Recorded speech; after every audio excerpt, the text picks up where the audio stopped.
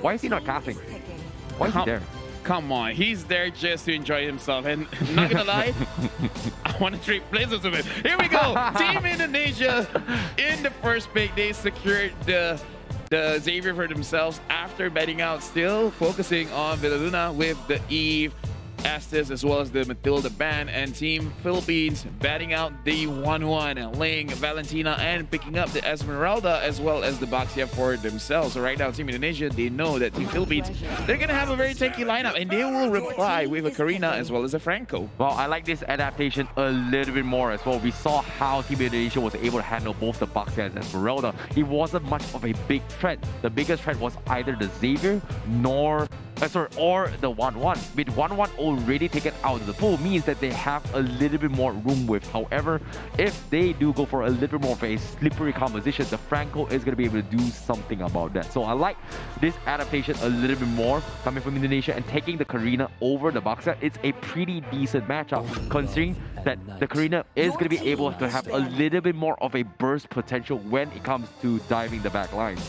Yes, and this might be a rivalry in the making in the mage roles, where Sicilian will be going up against Xavier, having the same type of playstyle where they want to poke, they want to scale to the late game, and they want to take bodies down to the ground. Right now, Team Philippines, they have a pretty solid lineup. They're just missing their gold laner as well as their roamer position.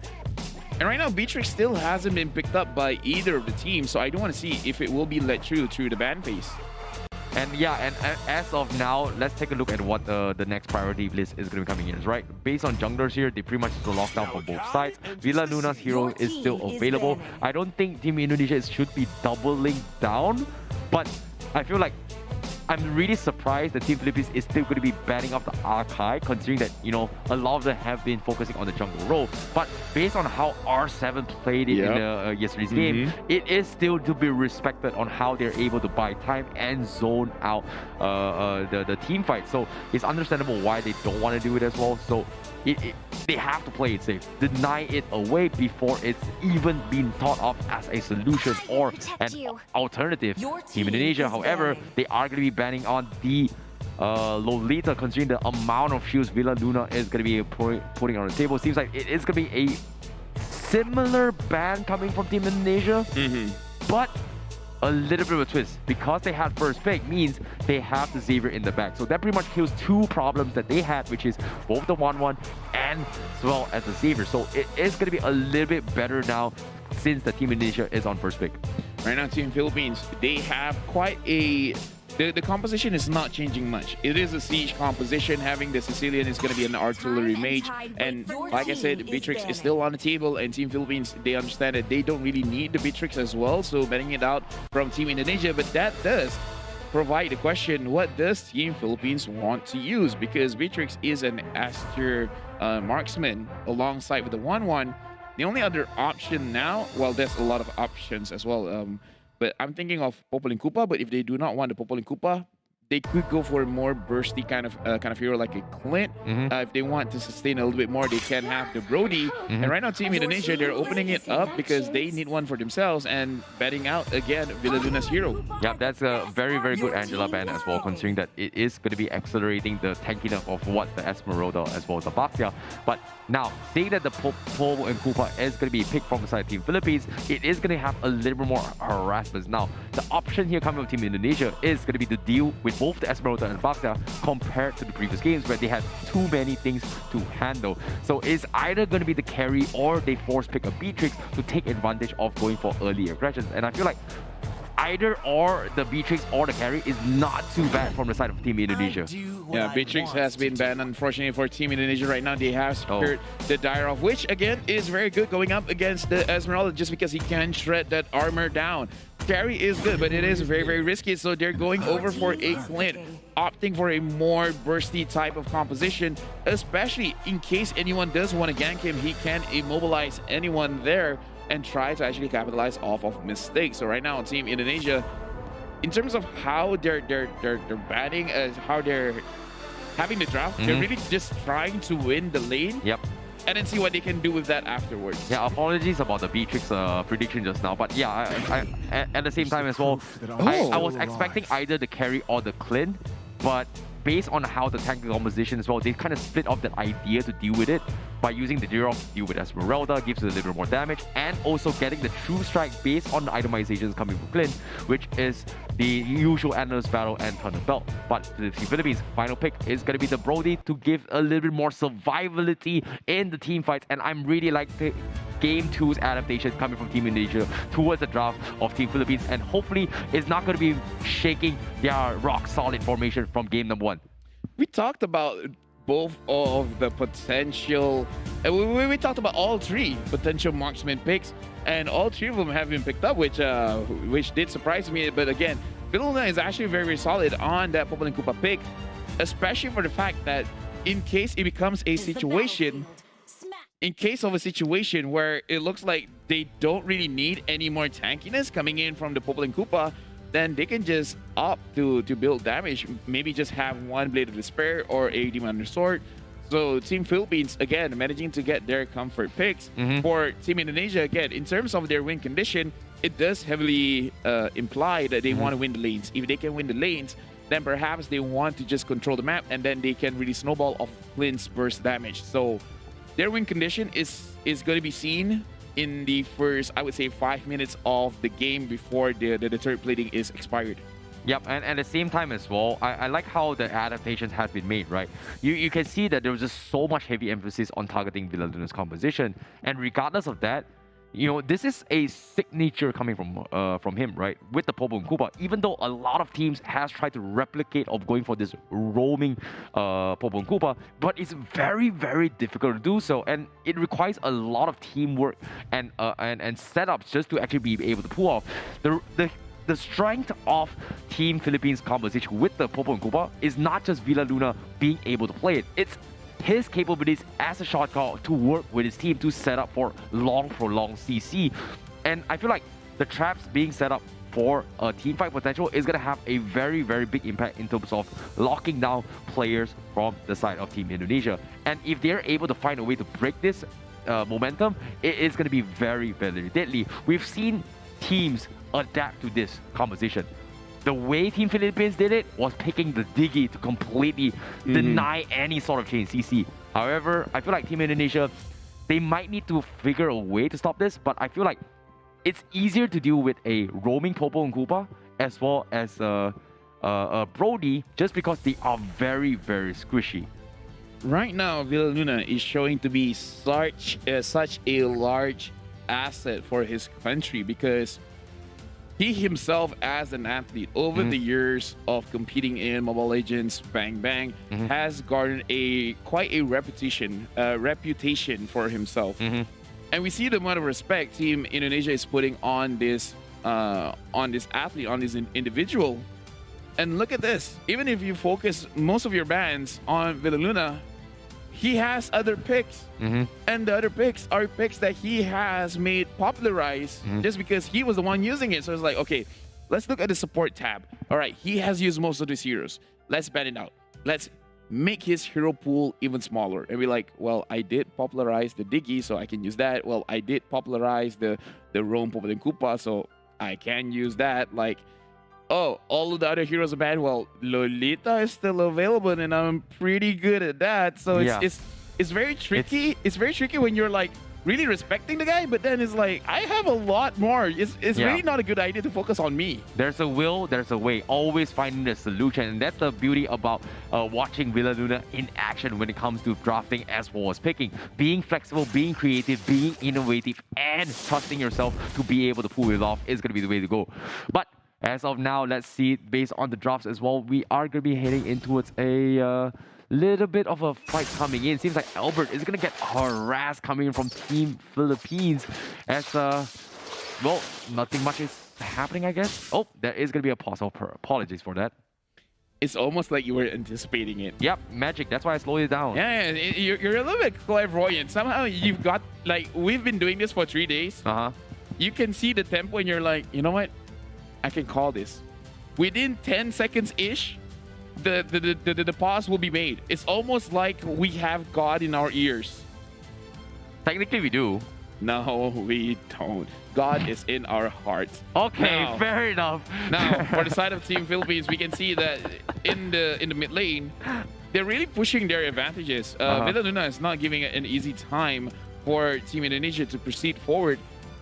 And that's all I can say from the few seconds of gameplay that we saw. But yeah, all in all, I feel like based on the drafts itself, right? Like when it brings back to the topic that we did mention about how well Team Villuna is able to execute, right? I feel like Team Indonesia, they are adapting on the fly as well.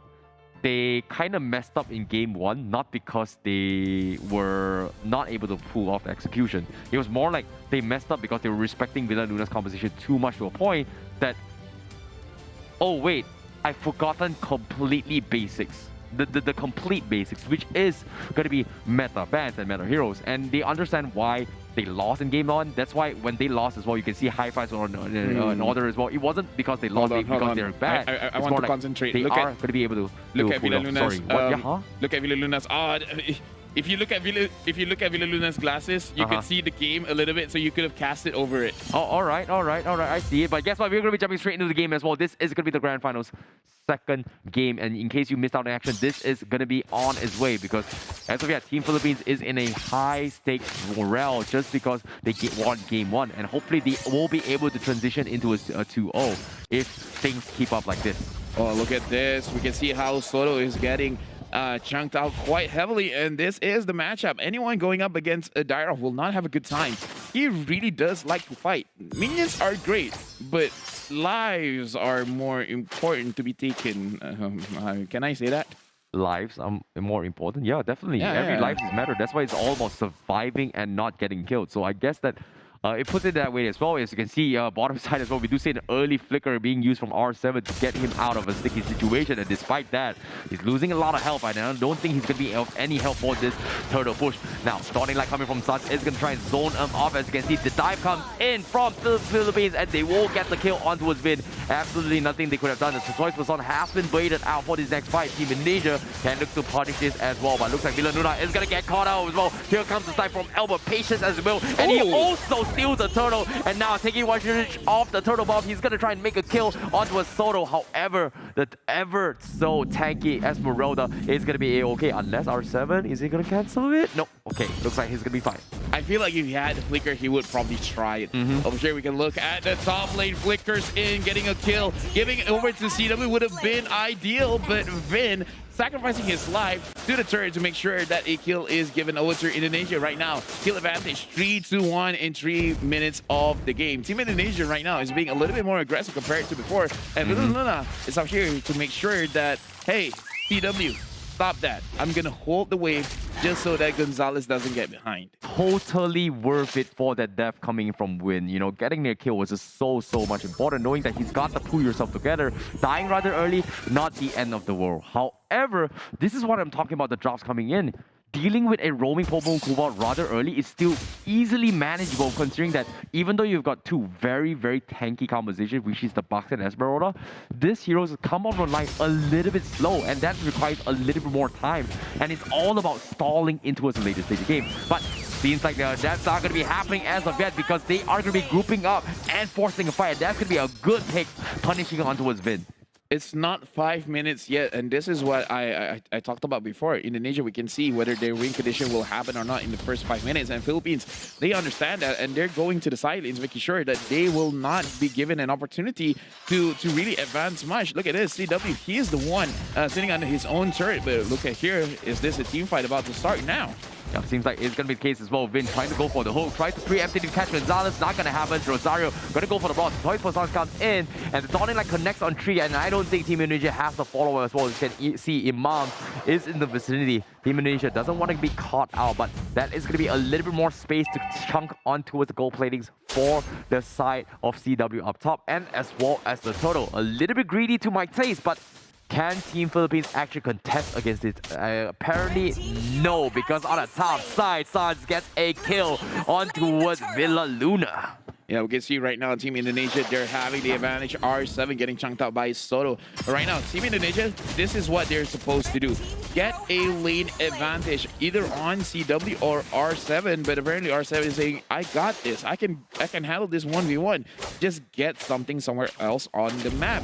And they're really using this to their advantage. Right now, they have a small goal lead, but after taking the turret, this is going to get even better just because they can control the map a little bit more, giving more space for Vin. But looking here, Del Rosario going in front. But CW, he's attacking for free. They're focusing on Vin, making sure that this Franco doesn't go away scot-free. Imam is taking a lot of damage, but he manages still to get a kill. And Sans, they're not enough damage. Villaluna not forcing this situation. That was such a close team fight. Imam should really have gone down just now. Yeah, Imam out there was able to keep him alive as well, and this is so smart coming from Team Philippines, just because they're taking advantage of the early power spike of the box to get damage and fight out of it. All they need to do is for a long setup, and that's going to be where Villaluna catches into the picture. As long as you're going for this kind of fights, nobody is going to be able to soak through all that damage rather early. But it's going to be very risky, because if and only if Del Rosario doesn't get the kill, Team Indonesia is going to be able to heavily punish this composition. In the early game, it's actually good to chunk down, making sure that the tanks are dead. And speaking of which, Soto is going to be the first casualty of the game. Vin taking a lot of damage, is going to die over to Imam. Right now, CW as well as Sans trying to fight back, but they have retreated over on the top side of the map. Team Philippines, they are going to start pushing the turret. Right now, Team Philippines, they're trading all over the place. And I was about to say, it's good that the side of Philippines, they're really focusing on Vin, because for a tank, if you die a lot, usually people are like, "Hey, you're a tank, that's fine." But the thing is, if you can't scale, if you're not tanky, you're gonna be useless in the team fight right now. It's turtle take for Team Indonesia. Yeah, I definitely agree, but now it's gonna be a little bit of a sitting game once again. Indonesia has been able to win the turtle fight, but here comes the flicker forward from Vin. He's gonna be caught out, oh god! But no, they secure the turtle. They will sacrifice the Franco, but here comes the fight coming in. The dive from the side of the Karina as Albert tries his best to chase them down as much as they can. They got him low, but they don't seem to have the finish. Sans going for the Dawning Light was able to get one, but it's not gonna be enough. So beautiful stuff coming from both Team Indonesia as well as Philippines. This is a good way to play, where some people might say this is a mistake. Why are you keep focusing on tank? Why do you keep focusing on Vin? But again, as a tank, you don't farm. So you just gradually get gold from your roam item, but if you die, then you're not going to be able to actually get the gold. You have to survive, and then just scales up, accumulates accordingly. So now that Vin is heavily behind, he can't even open the map. So right now, Team Indonesia, they're actually waiting for Vin to scale to make it easier for them to push their advantages. If not, yeah, they just have to wait for Philippines to engage. Yeah, I definitely agree. But now, Del Rosario looking to apply a little bit more pressure. He's thinking about going for Sans. However, on the sides as well, Arcel will be reviewed from the side of Villaluna. Not exactly a risky attack as well, considering that the Abysm Strike as well as the debuff coming in from R7 is going to be making him very squishy. But in the midst of all this confusion, you can see Philippines are trying to chip away at whatever economy they can get across the map in terms of objectives. That was unfortunate. Like, we saw that like Imam was there for the taking, but then unfortunately the minion was there and the hook prioritized the minion. So right now we're looking at Team Indonesia, and they are looking for opportunities all over the map. But looking at the bottom side, Philippines are really pushing their advantage forward, and the Dawning Light, if it hit the minion, it would be a little bit better. But right now, because the minions are still surviving, the minions are still alive, they can push a little bit more. But here, Sans as well as Vin has arrived. Unfortunately, the Iron Hook did not connect onto anyone. So Team Philippines, Villaluna has been caught. Vin, good flicker in, and the kill has been given over to CW. But it looks like Team Indonesia, they cannot get any more off of that. Yeah, that was a very good catch out as well coming from Team Indonesia. Like, the moment Villaluna dies, they lose all sorts of chain CCs to actually go in for the setup. And because of that, they are going to be opting to go for a lot. And this time, it's going to be very difficult to do so, because everyone is going to be in the vicinity. Philippines, they are going to try to force the issue, but Team Indonesia is slowly chipping away. Dawning Light has been expanded, trying to drop Gonzalez, threatening his position. Imam, however, from the back, will be focused down. That is going to be a kill coming in, and the Lord will be secured in the hands of Team Indonesia. And just like that, Team Philippines, they are forced to back out. without Imam there, Team Philippines can't really chunk down HP of Indonesia from a safe distance, so they have to concede the Lord. However, this is just a 9-minute Lord. It has not been enhanced in any way. It'll be Luminous Lord or a Evolved Lord, so it's still fine. It's not the worst case scenario. Team Philippines, they can actually, for both Indonesia as well as Philippines, I would say scaling wise, both of them are pretty equal, just because Gonzalez is going to be quite a problem in the late game. And come on, Sicilian's probably the king of late game mages. Yep, agreed. But here comes the whole setup as well. And that's going to be the boom, baby. And Sans completely shuts out Soto. And that's the beauty of the Franco setup with the Sans catch coming from Xavier.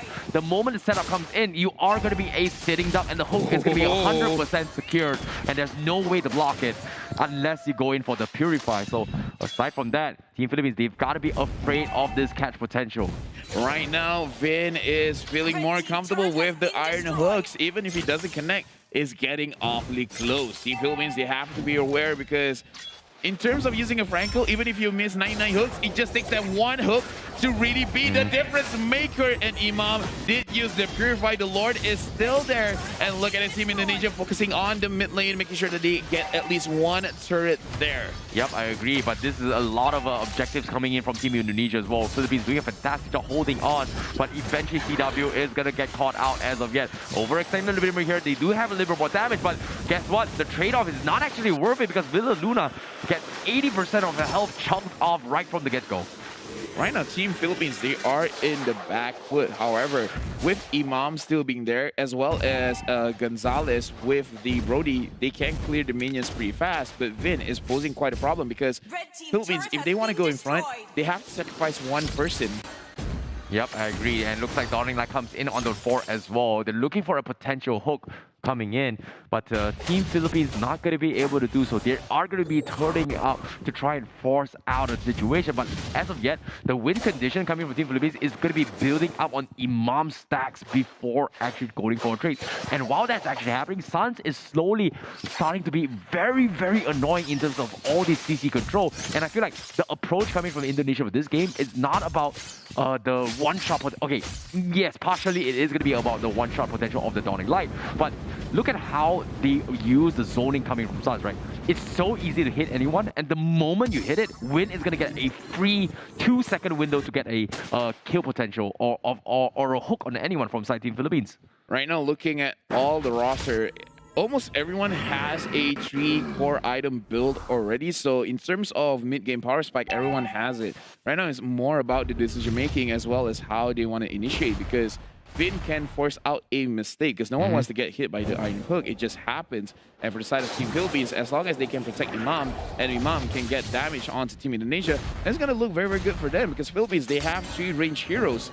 It's just about who actually gets on the proper target first. Can Vin catch anyone off guard, or can Team Philippines kill off someone first? Look at how aggressive the positioning of Team Indonesia is, especially for Win. And because of that, Team Philippines are very, very threatened to do anything. And that is going to be an easy Lord steal once again coming from Indonesia. Team Philippines not going to be able to do so, just because they are so afraid of this Franco hook as well as Sans' setup. And it's understandable. It's a different approach in formation, but Team Philippines can't break through that at all. It's just a subconscious thing where in the back of your head, you're always having this nightmare situation of getting caught out. And speaking of getting caught out, over here, CW is alone, and he's gonna get chunked down. Why was he there? Vin and Albert are coming in, chasing in, so manages to get the hook, and the kill is gonna be given over to Albert. The immortality has been popped, and they're gonna trade gold laner for gold laner. Yep, right ideas coming from Team Philippines to actually punish this as well, because that is a standard play from after getting the Lord. Getting the Oxman kill is huge, however, they do not have enough damage to do so to defend as of yet. Villa Luna is still going to be alive, but look at this, the chain CC is coming in, the Lord is going to be knocking onto a Team Philippines, and they will get an inhibitor potentially. Yes, they will get the last chunk, and Team Indonesia will back off as of yet to try and deny away the objective jungles away from Philippines. Yeah, right now we've been having better control of the map. Team Philippines, they have to be careful, but I would say that's an understatement. Right now, they know what is going on. It's just that they're really trying to figure out where they want to position the big bodies in front. Del Rosario as well as Soto. How are they going to open the map to make sure that they know where Vin is without really giving too much advantage to Indonesia as well, and then scaling up because this is a triple marksman setup, so they have the range. It's Agreed. just that they're just, I would say, almost being overly cautious, worried about this Vin as well as the damage coming in from Suns and CW. I definitely agree. They definitely need a little bit more time in terms of getting their next item power spike, right? If you go for the usual standard build, they are going to be in a little bit of trouble. And I guess the next solution here is going to be farming up those immortalities. But while they're actually doing here, they are going to get caught up with this conceal play coming from Indonesia, as they will pick up both Villa Luna as well as Gonzalez. And these are huge major damage dealers from inside the Philippines. And immediately Team Indonesia going for their textbook plays. They are looking to close out the game just like that. Great adaptation, but the hook comes in, pulls in Del Rosario. He needs to run for his life, but he is going to be able to do so, even though he's tanky enough. But one more hook is going to come eventually. Here he comes, but the minion, that is just unfortunate for Win. But the minions are going to be pushing in. They are looking for an inhibitor, but here comes a big catch coming from Sun, starting like connects on 2. They're going to be able to sustain their way through, but the hook, again, and again, they keep hooking up, and that is going to be Team Indonesia getting another pick off. But the space has been created. Del Rosario making the space, and here comes Soto getting a 4-man catch, and they will be able to take down CW. The defense is good, and Indonesia makes the mistake. That was a quick fight. It was a quick damage coming in from the side of Imam, and that is a damage check, and I feel like Imam is getting to the point where he can do a lot for his team. So right now they should have the confidence, because if they don't, Indonesia, they will just proceed forward. Because right now, look at the advantage. 14 kills over to 9, 51,000 gold going up against 46. Team Philippines, this is potentially the last fight around the Lord, because we see how confident Indonesia is at securing this Lord. They're not baiting. They're not trying to bait. They're just like, yeah, we're just going to push away and we're going to secure it for ourselves. Yeah, it's going to be very difficult to do so, but here comes the hook. It connects on Imam, dawning light on him as well, but he's got the defensive maneuvers to actually tank through all those damage, and this is the game plan that they know that Indonesia counters on, and this is going to be the trap they set up, and they will take down Win. However, the fight is not going to be over yet, because Philippines, they are still struggling too, but the second dawning light comes in with the Abysm strike from Team Indonesia. It's going to be enough to destroy the annoying tanky Esmeralda known as Soto. The amount of cooldown on Sans right now, 2 Dawning Lights in one team fight. And the thing is, once he has his transcendent form, the damage is going to be insane. The damage is going to be higher. And here, Del Rosario is going to be attacked by R7, and the team fight is going to continue. R7 is going to focus on Imam. He will pop his own immortality. He has to run away. He cannot risk dying when the Lord is up. Yep, this is smart coming from them as well. Team Philippines, they have built out the immortalities. However, the question remains, because time and time again, Team Indonesia, they have been focusing on targeting Imam. I like the adaptations when it comes to itemizations, right? Imam was forced to go for a dominance ice or the Athena shield to try and tank the burst coming from this Dawning Light, which is smart, considering that he does have the sustains and tools to deal with it, but eventually his stacks is going to be maxed out eventually, so he's got to do a lot of damage. So he understands that going defensive is good, but no, Vince says despite how defensive you are, if you get hooked, you're done for. And Team Indonesia gets a big attach, and they are going to go and close out the game. The Lord is coming in. Soto trying his best to climb the backlines, but he just can't do anything about Sans, as Team Indonesia gets the kill. And that's going to be another Dawning Light from Sans, as they completely shut down Team Philippines. Game number 2. This is why I say I want Vin, a very talented roamer, to... I say this to all the talented roamers. Give them a hero.